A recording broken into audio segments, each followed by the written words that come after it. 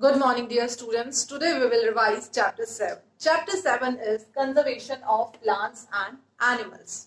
So let's start the chapter. I'm going to start with the MCQs. First is, the species which are in the danger of extinction are known as, so the here answer is endangered species.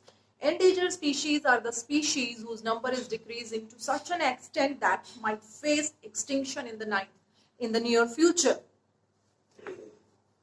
Next is wise and judicious use of natural resources is known as conservation. Careful use of the natural resources, we call it conservation. Which of the following provide protection to wild animals only? So here answer is wildlife sanctuaries. Yes, the wildlife sanctuaries, they provide protection to wild animals only. Seasonal journey undertaken by animals are known as migration. We know that migration means movement of a species from one place to another place every year during a particular time period in the search of food, shelter, and mainly it is due to the change in weather. We will discuss migration in detail in the short question answers. Short source book containing record of all threatened species of plants and animals are known as Red Data Book, because Red Data Book, it is maintained by IUCN. It contains the record of all threatened species of the plants and animals. Next are the Phillips. A group of populations which are capable of interbreeding are known as species. Next is plants and animals found in a particular area are known as flora and fauna of that area. Next is endemic species of the plants and animals are found exclusively in a particular area. Do not get confused in the flora, fauna and the endemic species. Endemic species means the species which are found only in a particular area. They are found naturally in that area only, not anywhere else. Species of plants and animals which have been lost forever are known as extinct species. Project Tiger, it is a tiger conservation project. It was initiated in April 1973 by Government of India so as to ensure the survival and maintenance of the tiger population in the country. Next are the true false. Migration is a joy trip taken by the humans only. No, it is false. Already I have explained what is migration.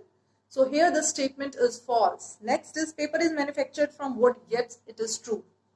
Restocking of the forest with new trees is known as reforestation. Yes. Replenishing the forest with the new trees is reforestation. This statement is true.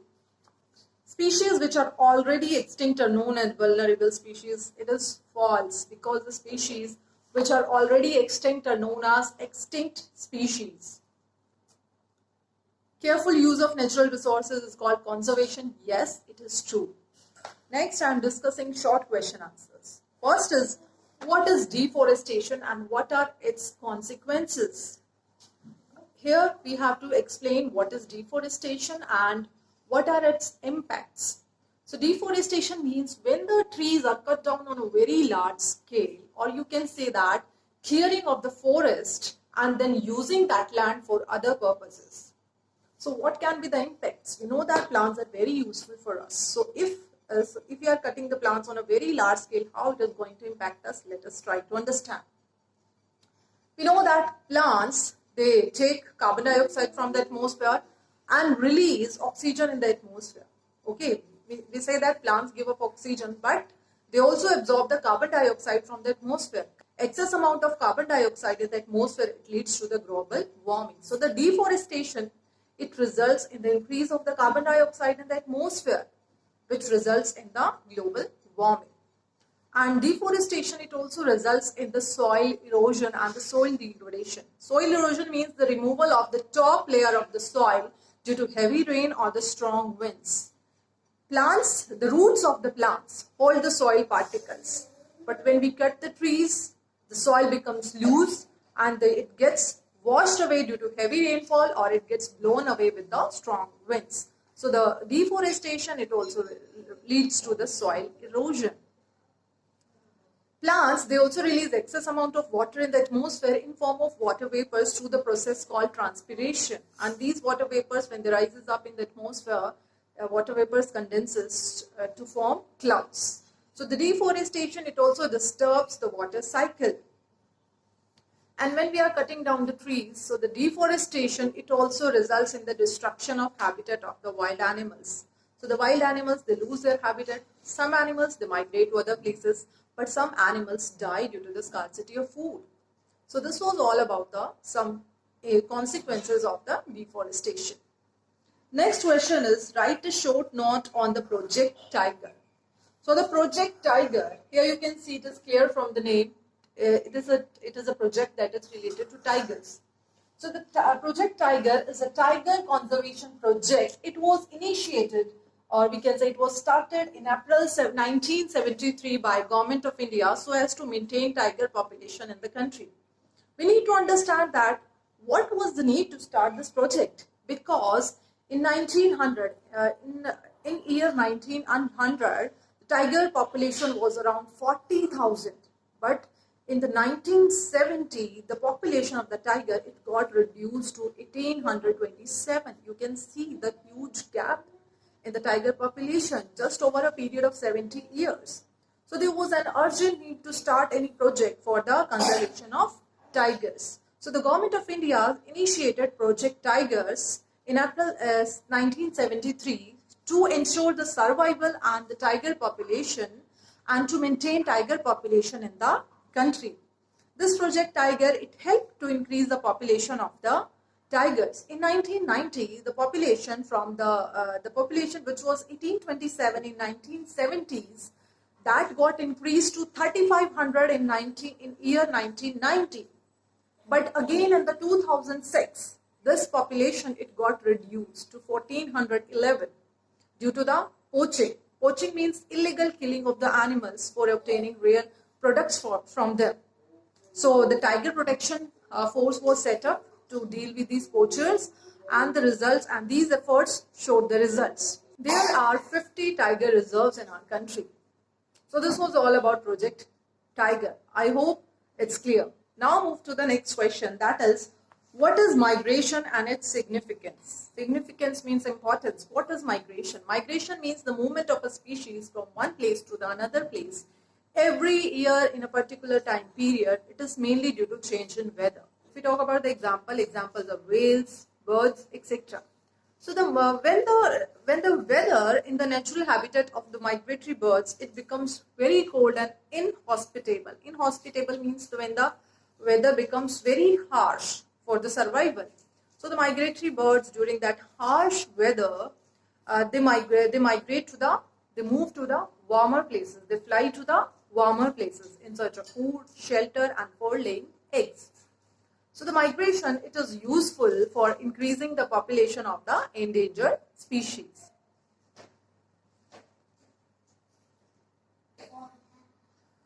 Next is define biodiversity and list the causes of loss of biodiversity. Bio means life, diversity means variety. So the variety of the living organisms like plants, animals, microorganisms found on the earth, and their interrelationships and their relationship with the environment is known as biodiversity. Now we discuss that what are the causes of the loss of the biodiversity. The first and the main reason is growing population, because we know that the population is growing at a very fast pace. So if the population is growing, so the needs are also increasing. So as to meet the needs of the population, we are cutting down the trees. We are cutting down the trees for setting up more industries, for setting up more buildings, for making more roads, etc. And for the construction of dams, reservoirs, also we are cutting the trees, which results in the loss of habitat of the wild animals. And overgrazing by the animals, it also makes fertile land barren. We know that due to the more industries and more number of vehicles on the roads, there is increase in the pollution. So the increasing pollution, it results in it makes rain acidic, and this acidic rain, it is harmful for the wildlife and for the aquatic life also.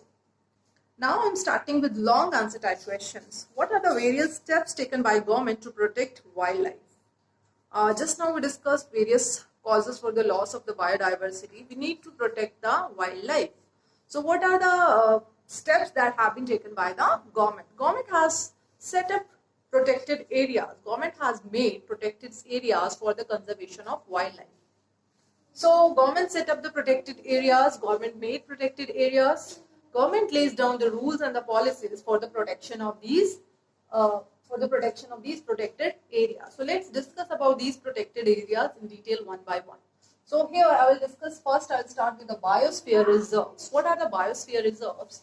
These are the large area of the protected land for conservation of the wildlife. As I told you, these are the large areas.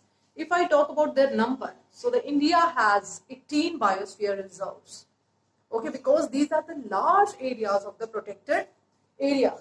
These mainly conserve the wildlife and also the traditional tribals living in that area. Traditional tribals, they follow the mode of the sustainable development. Means they collect the useful products from the forest, and in return they protect the forest. As I told you, these are the large areas. So one biosphere reserve, it also may include national parks and the wildlife sanctuaries in that. For example, if we take the example of the Pachmari Biosphere Reserve, it includes Satpura National Park, and it also includes two wildlife sanctuaries, Bori Wildlife Sanctuary and the Pachmari Wildlife Sanctuary. So these are very big area-wise. The biosphere reserves, they also act as the areas for the ecological and environmental research.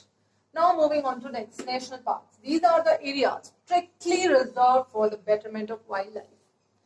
And these areas also provide protection to the wildlife and historic objects of that area.